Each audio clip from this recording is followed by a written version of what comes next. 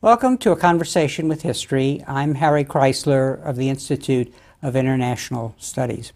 Our guest today is Laurent Cohen-Tanugi, who is a French intellectual and author and an international lawyer. His new book is The Shape of the World to Come, Charting the Geopolitics of a New Century. Laurent, welcome to Berkeley. Thank you. Where were you born and raised? I was born in Tunisia, in the Mediterranean, and spent my childhood there, and which was actually a very, very nice country, a very sort of cosmopolitan and open country, a little bit like the way you might think of Lebanon in the good old days. Then moved to France when I was a teenager, and I've been based in Paris ever since, but also lived in America for a couple of years and studied here. And looking back, how do you think your parents shaped your thinking about the world? Oh, I think it's, I mean, they certainly gave me a great education for one thing, and I remember stories about the war, and in Tunisia, obviously Tunisia was less affected than Eastern Europe. This would be World War II, or it would be World War II, II, yeah. But I remember the stories of the Germans in Tunisia, and my father being a prisoner and escaping, and also the value of the American partnership. All those things have shaped me. Certainly, I mean, America has always been like, together with France, from Tunisia. France was the sort of the cultural reference, and America was the security, the protection, also the admiration of the success, and so those two poles, I think, have shaped me since my childhood. And was there a discussion beyond what you just said of politics, of world politics around the dinner table? No, not at all. In fact, we were not. I mean, my parents were separated when I was a child, so there was no real. No, I really developed that interest personally, and always was all interested in public affairs, and I hesitated for a long time between. I actually have sort of a pretty diverse background. I'm supposed to be a professor of literature. I also did political science and then ended up becoming a corporate lawyer. But I always wrote in parallel and on public affairs and international affairs. And how did you pursue that through your education? I mean, did you do journalism, or was it just writing essays as part of the public discourse or the life on the campus? I didn't do. I mean, I do write columns from time to time, but I've never actually worked as a journalist. I've always been a lawyer for my profession, and I wrote essays on the side. But it has become a second career, because one thing led to another, and I'm spending more and more time, lecturing around the world, and also writing. And I've had several key subjects. Actually, my first book I wrote right after coming back from the United States, when I spent 2 years. And the first book was about the comparison of the role of law and lawyers in American democracy and in French democracy. I was trying to explain why is law so important in the United States, and why was it, because that's changed, so unimportant in France and in European culture. And that's how I started. But let's go back to your education a minute. So you were educated in France, and then you said in the United States. Tell us a little about that. What you majored in literature? Is that what you just said? Or? Yeah, we don't have exactly the same system, but I went to the École Normale Supérieure, which is one of the French grandes écoles, elite schools, and I majored in literature. But I knew I didn't want to be a professor, a teacher, and so I also did political science studies, and was interested in going to government school. But then I felt also I had an international fiber, and I didn't feel like I wanted to be, too constrained in the French administration, and so I decided to go for a more international career and a more sort of private sector oriented, and I think that I wouldn't have been able to write these books if I hadn't done that. So I'm a kind of atypical animal. And what you said you studied here in the United States? Yeah. And what sort of studies were those? Legal studies? Yeah, or? I did a master's degree at Harvard Law School, but that was sort of at the end of my study. I'd already done law and political science in France, and so I did a sort of a graduate program here. And then I worked in New York City. So what are there common themes that run through? You said you've written 8 books or so. What sort of problems have interested you? Well, as I said, I started with this really was a personal inquiry because I really discovered the world of law and lawyers in America. It was something that I had no idea about. And so I started from there. And so it was really about law and democracy. And then from that, I wrote 2 books on these topics. And then from that, I got interested in European unification because Europe is primarily a legal system that has a lot of similarity with the US federal system. And then I got engaged in that book came out at the time of the Maastricht referendum. So I got engaged in the campaign and I became a sort of European militant and for Europe, yeah. For Europe and for sort of political Europe. And so then I still spend a lot of time on European policy making, and I met Jacques Delors and I joined his think tank and so in the last phase from that I moved to transatlantic relation because I would define myself as a Euro-Atlanticist. In other words, I don't see any conflict between being for favor of a strong Europe and also a Europe that is a close partner to the United States. And so I wrote this book about transatlantic relations, the Atlantic Alliance after September 11, and then this last book about globalization. And we'll talk about that in a minute. I'm curious, what on this intellectual journey, beginning with this comparison of American lawyers and French lawyers, what was the conclusion, and how has it informed your kind of understanding of the subtleties of the relationship? About the first book, you mean? Yeah. Well, the first book was really the thesis was that it was in the mid-'80s, and France and other parts of Europe wanted to reduce the role of the states in their economies and their societies. And I guess my message was, if you want to reduce the role of the state, you have to replace it by something else, and that something else is the rule of law. And the French really didn't have that in mind. They thought about the market, but they didn't really see that the market also needed to, law and market go together. And that was really the big contribution that made the book famous. And still today, a lot of people tell me that this book is the one that contributed to most to their thinking. So that's the way it started. You self-identify as a public intellectual, and that is a term that we used to have here when we had people like Galbraith and Schlesinger and so on, but it's less clear that we still have that. So I would be curious, because you're really moving between realms. You're an international lawyer who does corporate work, but at the same time you're talking about public issues and making important arguments about, for example, Europe. Right. Yeah, I mean, the figure of public intellectual is, I think, is a typically French figure. Long tradition of Sartre, Aron, and so on and so forth. Even those figures are, even in France, those figures are disappearing.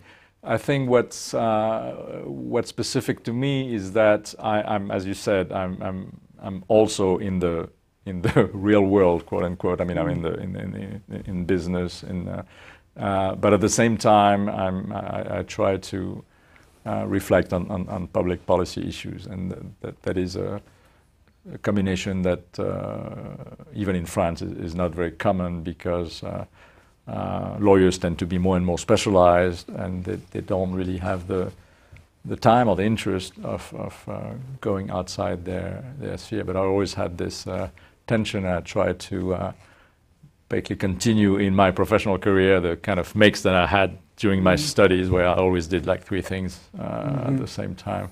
I enjoy that. As in the ideal type of a public intellectual, does that mean somebody who's writing about issues of concern to public policy, but and also public education, or are the two separate?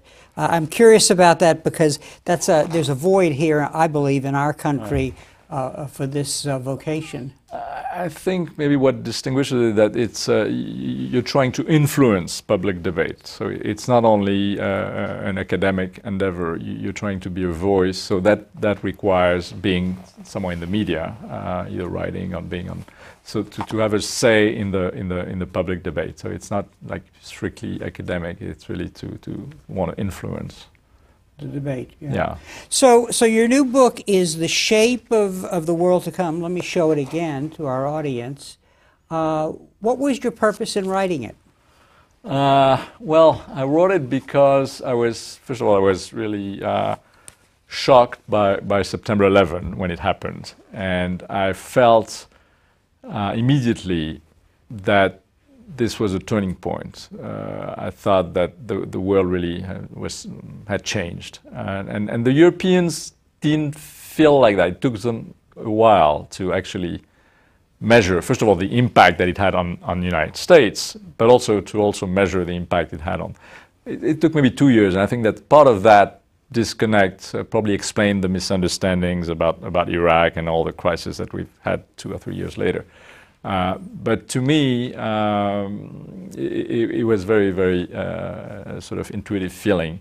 And so the book was really to try to explain in what way we were entering into a different world. Not only because of September 11, there are a number of other elements, but basically that the post-Cold War era that had started with the fall of the Berlin Wall and the collapse of the Soviet Union, that parenthesis was over. And I was trying to describe the new world that we are entering into and make sure the public opinion and political leaders were fully aware of it. Before we go into describing the world and this strange encounter between globalization and geopolitics, I want to ask you, because what we had in this country in the 1990s was a debate dominated by Francis Fukuyama's book, in which the idea was that history was over. I'm simplifying now, and his book was more complicated, right. But that was the way that it was interpreted by the public discourse. Right. And that was because the wall had fallen, democracy was triumphed along with the market economy. Right. Did that view of the world distort our understanding of globalization and the dynamic that emerges and which you describe in your book?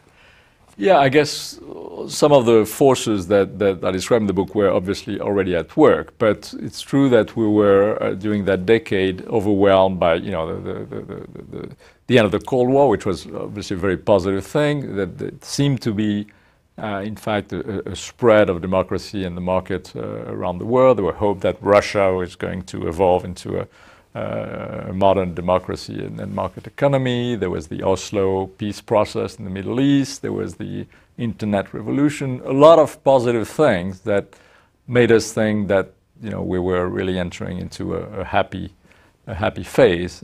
But of course, during that time, a number of forces were already at work that sort of exploded at the beginning of the years 2000. And one of the assumptions of the debate here in the United States, and some might say that this was a kind of an ideology that the state embraced here in the United States to rationalize the enormous power that America seemed to have in the world with the fall of communism. It was a kind of the notion that geopolitics was over. Yeah. And that globalization was putting the nail in the coffin. Talk a little about that, because that's really a central point that you're making. Yes, absolutely. In fact, even before the collapse of the Soviet Union, ever since the détente, really, in the 80s and the 90s were really the 2 decades where, I mean, that was already at work in the 80s, in other words, that we thought that economics were totally disconnected from politics, that there was actually a disappearance of geopolitics, that we were really in a sort of purely, a world of market economies and democracies and the rule of law and human rights. It was really a happy moment, and it was also the time of what we call in Europe the unipolar moment of American supremacy after the fall of the collapse of the Soviet Union. And so what we are witnessing today is a comeback of geopolitics, of power strategies, and the end of this illusion that economics can be sort of disconnected from politics. And the title of the book, for instance, is really a sort of reference to Tom Friedman's flat world. And basically what I'm saying is that the world is not flat. And we can see that it is much more complicated than that. But the flat world theory is basically another expression of the end of history, of the liberal dream of that, which is a reality to a large extent, that commerce brings or promotes peace and harmony among nations. It's an old idea that since the 18th century or longer has been the dominant idea, and again for good reasons. But what we are witnessing today, that globalization does not only bring peace and harmony, but it also brings conflict and fragmentation. And that's really a change of paradigm from the 80s and the 90s. So there's a duality here, a tension between the elements that are integrating the world and making us homogeneous, but on the other hand, a kind of a resistance to that. There's a resistance, and for the example of that is, for instance, the rise of Islamism, for instance, which you could interpret to some extent. I'm not saying it's the whole story, but as a resistance to the sort of cultural and economic domination of Western civilization and of American. I mean, globalization for a long time has been associated with America. It was, even in Europe, we call it American globalization or Anglo-Saxon globalization. But there's another phenomenon, that globalization is the source of even more important historical shift, which is the rise of new emerging powers in the East, in Asia, China, India, and others. And that is the product of globalization, because it's by opening their borders, by as a result of trade liberalization, that those giants have finally taken off. And so, and that is creating, causing a return of geopolitics through, for instance, the energy question.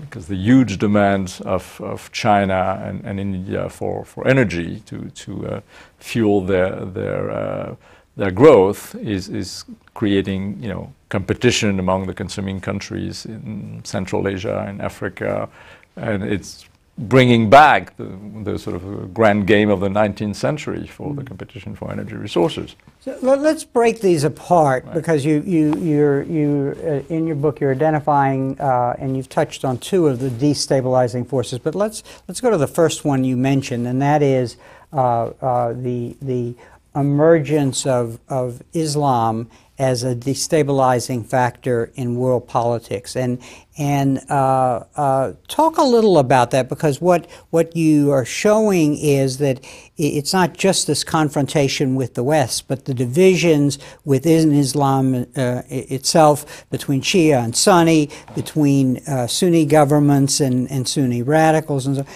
Play that out a little, and to what extent is globalization a factor that has enhanced that destabilization? Well, as you just said, we see, Islamism. I'm not talking about Islam, obviously, but Islamism and the terrorism factor has been sort of overwhelming and occupying center stage for good reasons. But there are numerous other manifestations. First, the rise of Islamist parties in much of the Arab Muslim world through sort of democratic means, elections. There is obviously the rise and the threat of Iran, which has been, strongly reinforced by the situation in Iraq, the weakening of Iraq. There's numerous cultural and religious confrontations between Islam and Western civilization, in Europe in particular, where there's a significant Muslim population.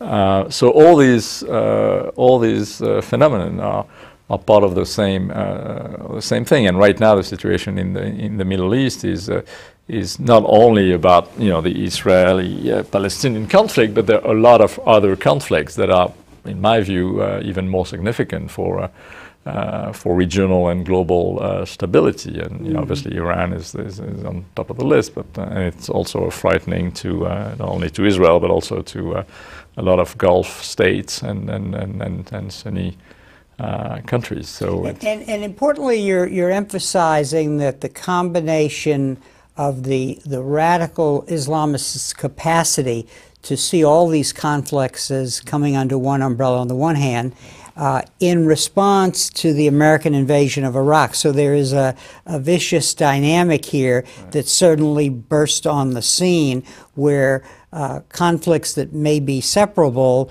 have been by the extremists made to appear as if they're one. Yeah, the extremists have what we might call a globalization strategy. In other words, they are making links, and they are putting everything in stage as a global conflict between Islam and the West. And of course, we must not fall into this trap. But that's their strategy, and we certainly should not encourage that strategy. And some mistakes have been made in that sense. So that's clearly one element of not only destabilization, but there's a risk of a new sort of East-West conflict, and it's probably the last ideological conflict, because there's no more ideology in Russia, for instance. Mm-hmm. But we certainly don't want this religious, ideological conflict of new sort to take over. I mean, we need to avoid that. Now the second destabilizing feature, which you mentioned, was the rise of these newly industrialized countries, especially Brazil, Russia, China, and India. I believe they're called the BRICS.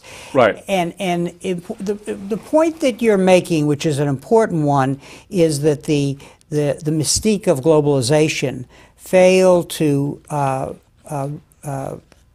attune us to the extent to which globalization would change the hierarchy in political economic terms. Right. Right, and I would, even though the BRIC countries are usually talked about together, I would really distinguish. I mean, China and India are a different category than Brazil and Russia. But China is the only country that, I mean, it's already today the third economy in the world, and is expected to become the second, and to be at par with the United States, within just a few decades.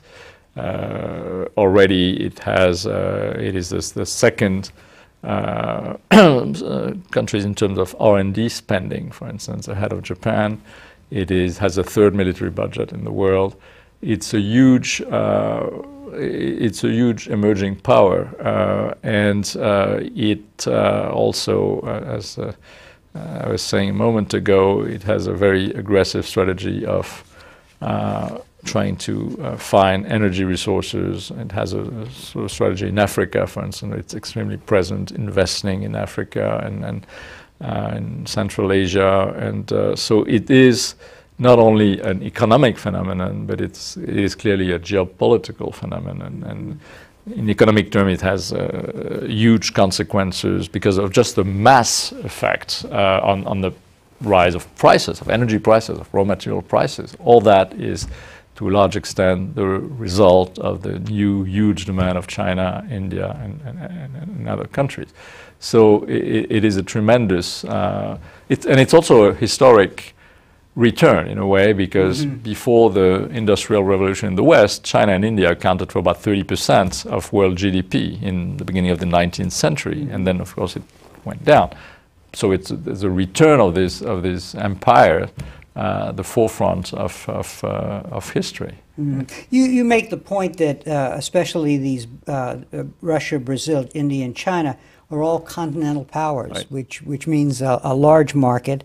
Right. And as you just said, they're nations with illustrious histories. Right. And they have leaders who want to return and can return to the international stage. Right. If you, they are continental-sized powers. They are a strong nation with a great history, and you can see a return of nationalism. Obviously, in Russia, for instance, it's obvious.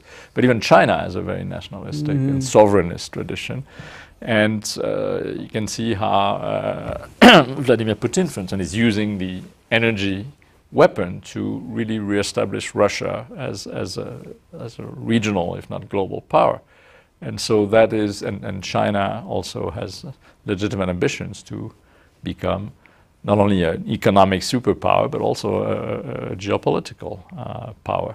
And so that's the world that we are entering into. The expression for that is a multipolar world. And there were probably some illusions in France in particular that the multipolar world would be a more balanced, harmonious world that would be a counterweight to the American hyperpower and so on and so forth. But what we're seeing that this multipolar world is in fact much more unstable and predictable and to some extent dangerous than both the unipolar world of the 90s, but even perhaps a bipolar world of the Cold War. And so we have to now deal with this new geopolitical environment.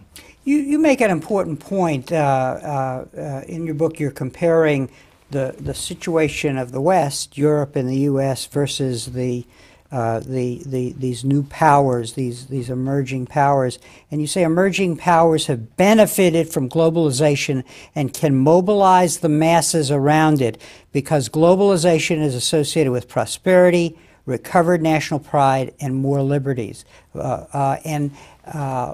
So what you're suggesting is that these global processes are situating these states to be in a more advantageous position than the West. Sure. I mean, globalization is obviously, I think it's a good thing for everybody, including the West, but for China and India, it means hundreds of millions of people coming out of poverty and making this, becoming a middle class, and obviously there's still more freedom than there used to be. It's opening up, so it's a tremendously positive thing.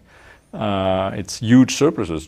China has, I think now, $2 trillion of exchange reserves. It's a tremendous boost, and it's true that globalization has a different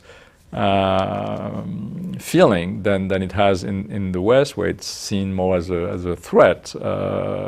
It's certainly the case in France, for instance, but it's starting to be the case in the United States. So globalization has become, from us being a sort of an American-led phenomenon, is now more synonymous with the rise of Asia and the threat to European and American jobs, which it is to some extent, but globally it is still a very positive force, including for the West.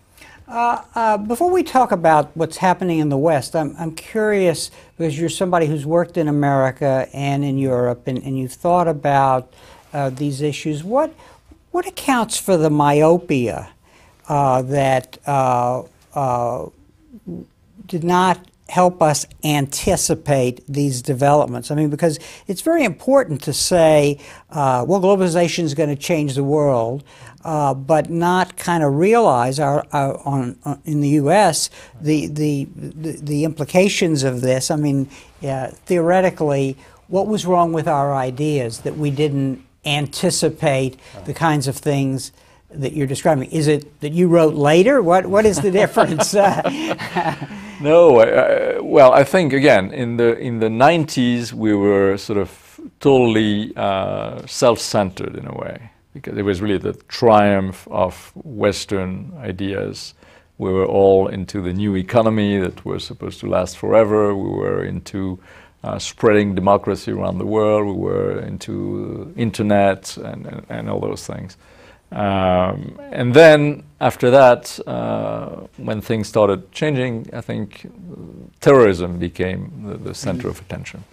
Again, for right reason, but we didn't see that there's probably historically a more important phenomenon, which is, again, this shift of wealth, of power. Of course, the energy prices have also played a role, and we've witnessed this huge transfer of wealth to oil and gas producing countries and to countries with trade surpluses like China, and that's really put us in a different game.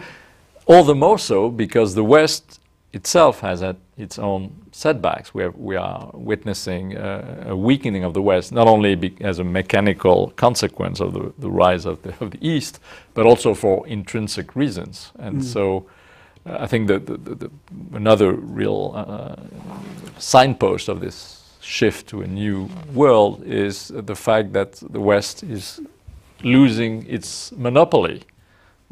That's really the term that the West had a monopoly on world affairs for not only since the end of World War II, but maybe since the end of the Industrial Revolution. The West, America and Europe basically led the way in everything, in economic terms and military, cultural, information, science and technology, and so we are beginning to see this monopoly eroded, and then more and more we will face competition, and we certainly are sort of a minority in demographic terms. World population is supposed to increase by, I think, 45% by 2050, and then the West will have only a very tiny fraction of that increase. And also economically, we will represent less and less of world GDP. And for the first time, you're going to have a coincidence of growth and economic wealth and population, and that's in Asia. Mm-hmm. You identify two points in time that are kind of symbolic turning points for the decline of the West, or the extent to which these were really setbacks. One is the Iraq invasion for the United States and the failure of that effort, but then also you see in the failure of the two European countries to ratify the Constitution as a turning point for the European. Talk about especially the second one, because you are somebody who takes a more critical view of the European experiment. What happened to it, and why did it go off track? Sure. First, maybe I'll just start by saying that there's a paradox at the end of the Cold War, which was supposed to represent the triumph of the West, actually has started to make it more difficult for the West, for the transatlantic relationship. First of all, because the common enemy that federated the alliance disappeared, and so there was a sense of, what is this alliance still relevant? And so it started to have more problem in the 90s between Europe and America than before.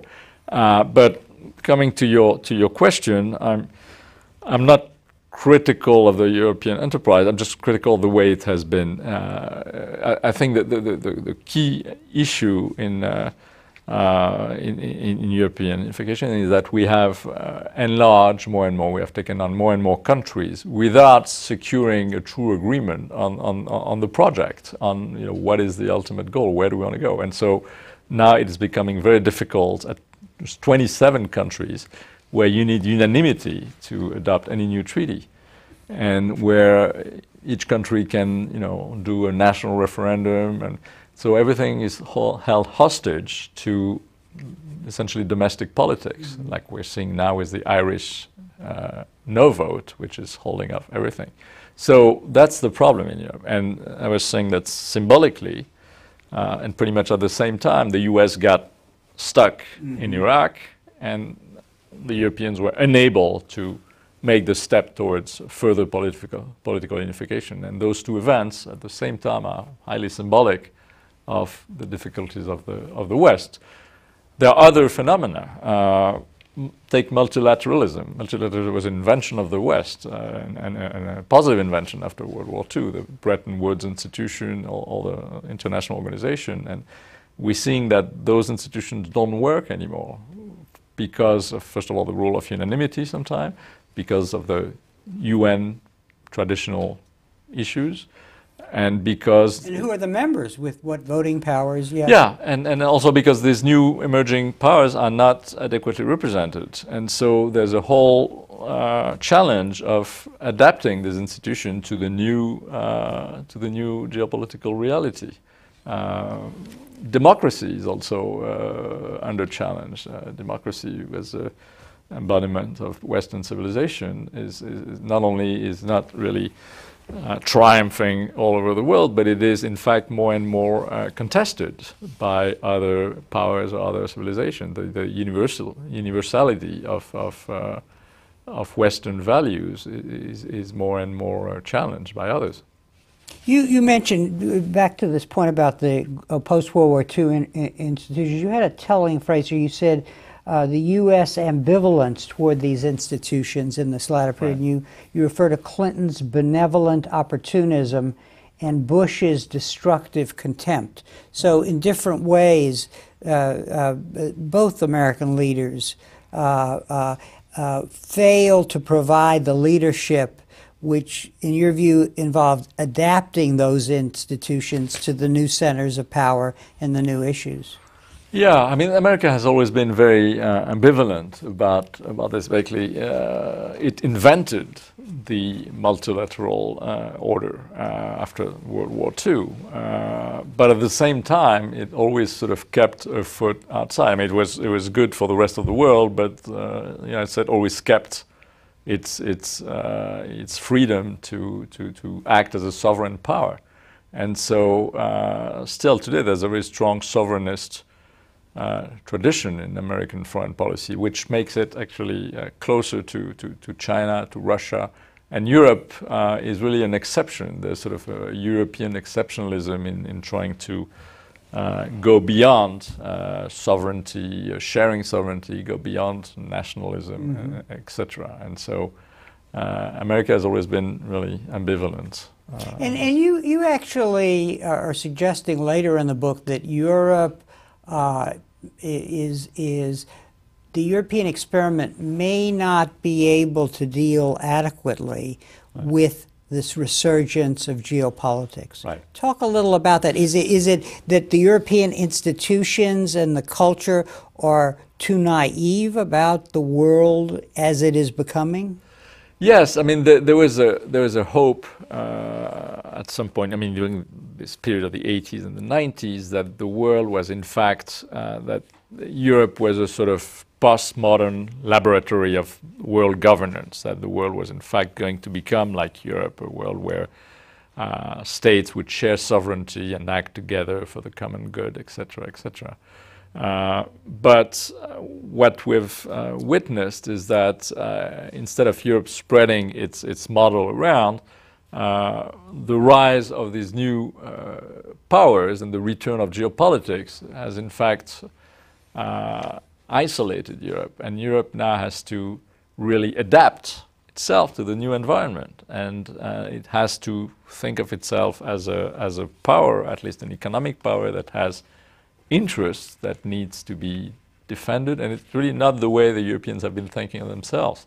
They had this sort of idyllic view of the world. They basically transposed their own experience of European unification to the rest of the world as if everything was homogeneous. But more and more we see that not only it's not the case, but we have a return to 19th century politics and geopolitics. And so what I'm saying is that the world we are entering into will be a dual world. There's the forces of homogenization, of peace, of technology. I mean, the sort of Friedman flat world, which are there, obviously, fortunately, of interdependence. But you also have the conflicting forces of fragmentation, of power, rivalries. And so it's really the crossing of these two dynamics that characterizes the world we are heading to. You see America as better positioned than the Europeans talk a little about those reasons why,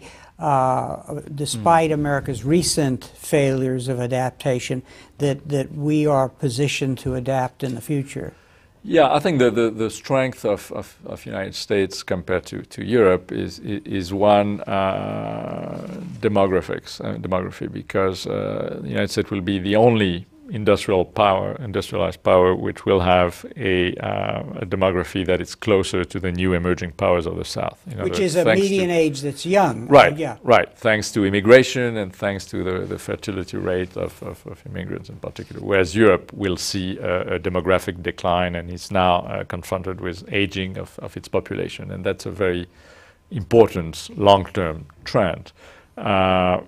Another aspect is, of course, innovation. I mean, the U.S. is still the strongest country in R&D, innovation, productivity, and dynamism of, I wouldn't say the financial market, but it's true that despite the vagaries that cause the crisis today, I mean, the United States is a very dynamic economy. And so that's another strength is, of course, the university. I mean, the U.S. is still the world's university, and there will be new competitors. I think China is investing billions of dollars in creating world-class universities, but for quite a while still, the US has that advantage, has the English language as a universal language. So there are a lot of key assets that the US have, and also being a nation, being a continental nation, just like China or Brazil or India, whereas Europe is a continent, but it probably never will be a nation.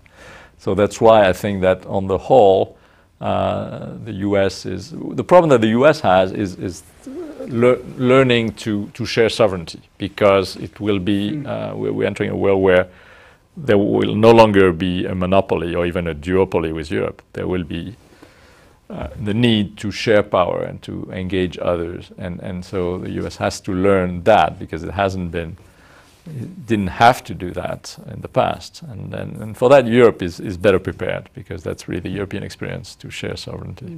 You have a listing of the extent to which politics in the democracies, the West, has in recent years been failing. Weak support for parties and governments in power, division of the electorate leading to very narrow margins to govern, weak international stature of leaders, triumph of popular opinion over political vision and courage, the rise of populism and extremism, marked provincialism of political class and national debates. It's a kind of a general indictment, but if you're right, and these ring true, these items ring true, what is the key to leadership in the West assuming the responsibilities that you're very powerfully arguing they have to assume? Right. Well, I'm a believer in I'm more a believer in representative democracy than in direct democracy, for instance, and that's something that's that's really American rather than European. And there's a distrust of direct democracy and referenda and the like in United States, and from that I'm very American. But generally, there is a crisis of democracy throughout the West, which also strengthen the adversaries of democracy around us. My sense is that we are in times of increasing complexity of everything, of increasing influence of, thanks to globalization, of outside events. I mean, you can see today the financial crisis, but there are many other examples where everything is tied together. And at the same time, you have this political impulse of, participative democracy, grassroots democracy, populism, etc., etc. And my sense is that leadership is really a time where you take on responsibility, you lead, you make decisions, then you try to convince the people of your vision, but you do not ask them for their opinion and you don't follow their opinion. And take the issue of national referenda in Europe. I think it's absolutely silly when you are 27 countries. It's already so difficult to come to agreement on a treaty. There's 27 parties. You have national parliamentary ratification. If you add a third layer of national referenda, which is totally hostage to domestic politics, it just doesn't make any sense. And so that's what I think. It's a times for leadership in the sense of having a vision and leading, and not. But we are in a media democracy where politicians look at the opinion polls every day and tend to follow public opinion rather than lead. Are you a realist in the sense that you think events will force, for example, the United States to see these new realities? And here we can bring in the financial crisis, because clearly there aren't going to be the resources to do what we might have done before the financial crisis. And it's going to become very apparent that there is an interdependency that we've touted but not accepted as a reality for ourselves.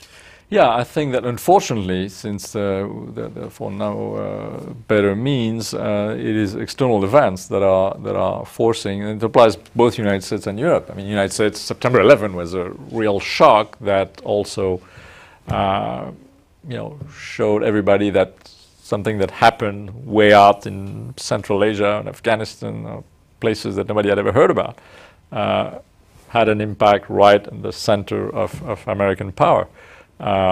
Same for the financial crisis. I mean, you take Europe. Europe is not a federation. We don't have a federal budget. We don't have a treasury. But we had to cope with these emergencies. And last weekend, we were able to coordinate action throughout Europe to try to provide a rescue package. And so it is external events that will eventually force further integration, and it's a pity that we need that, but certainly in Europe there's a sort of view that Europe constructs itself in crisis and through crisis, and I think that we are seeing the same thing here.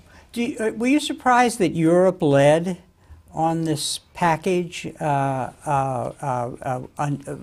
Europe being led by Britain in a way, because the Prime Minister came up with the solution first? Yeah, I mean, I guess the U.S. had tried several things in the past few days, and it was clear, and I think there was a lot of commentators that said we need really to go straight to the root. We need to bring new capital to these banks. We need to restore the credit market, and so Gordon Brown came up with this solution for Britain, and then it was adopted by the others. I think Europe has been leading. Take also the Russia-Georgia crisis of this summer. There was I mean, France has the presidency of the EU today for this semester, and Sarkozy went to Moscow and negotiated the ceasefire agreement and so on. And so I think Europe has been taking the lead in negotiation with Iran also. The US has been kind of stuck in Iraq and Afghanistan. So Europe has tried to supply take some leadership, and I think that's a positive thing. What is problematic is that I don't think that we could have had the same result with, for instance, for the Georgia crisis, if we had a former Soviet satellite in the lead of the European Union, which means that we need a stable presidency. That's one of the items of the new treaty that we're trying to, the Lisbon Treaty. We need a stable presidency that doesn't change every 6 months, and because otherwise you will have ups and downs depending on the capacity of each country. So those are the things, and I think that this crisis will provide a strong argument in favor of further institutional reform in Europe. Do you these two things, these two items you just mentioned, go against what seems to be the argument in the book that Europe will be marginalized because of the failure of the EU experiment to understand the implications of enlargement? No, I think when I'm talking about marginalization, it's more in the economy. I mean, Europe really needs to move forward in the knowledge-based economy and in innovation, in productivity. Otherwise, it really risks being marginalized in an economy that will have two major poles: the United States on one hand, and China and the rest of Asia. And so it's really more a sort of economic effort that needs to be, and that was the subject of this mission I did for the French government.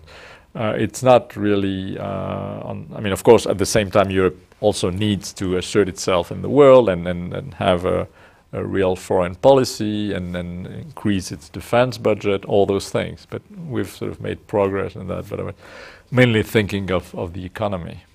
Looking ahead, the result of reading your book is there are a number of problems out there that are going to have to be addressed. The rise of China and its integration into the global system. This whole problem of the destabilizing factor of elements of Islam and so on. In addition, these newly emerging powers have a very different view of the kind of system they want, as you discussed. What is leadership from the West going to look like in addressing those problems, and where are the places where they will be addressed in the international arena?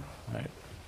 Well, first of all, I want to say that I do not view this as a negative evolution. It's something we just need to be aware of. As I said, the rise of China and India, in sort of humanitarian terms, mean really the rise out of poverty of hundreds of millions of people. And it's also good to have more cultural diversity, etc. So, but I think the priority for the West is to, obviously, as it has done before, is to really engage those new players in the multilateral system, to continue having a policy of openness, of engagement. Take climate change, for instance. We can't do anything on climate change without India and China. Some of the other geopolitical crises, we need Iran, North Korea, we need the support of China and Russia. For climate change, we need the support of the United States, of course, as well. But so that's but at the same time, we need also to remain vigilant, because again, historically, it's been very rare to see economic power without political power and military power. And again, we're in a world with new non-Western forces, non-democratic forces. So we need to maintain at all times, in my view, and that's maybe coming back to the childhood influence, we need to maintain the strategic superiority of the West, of democracy, at all times.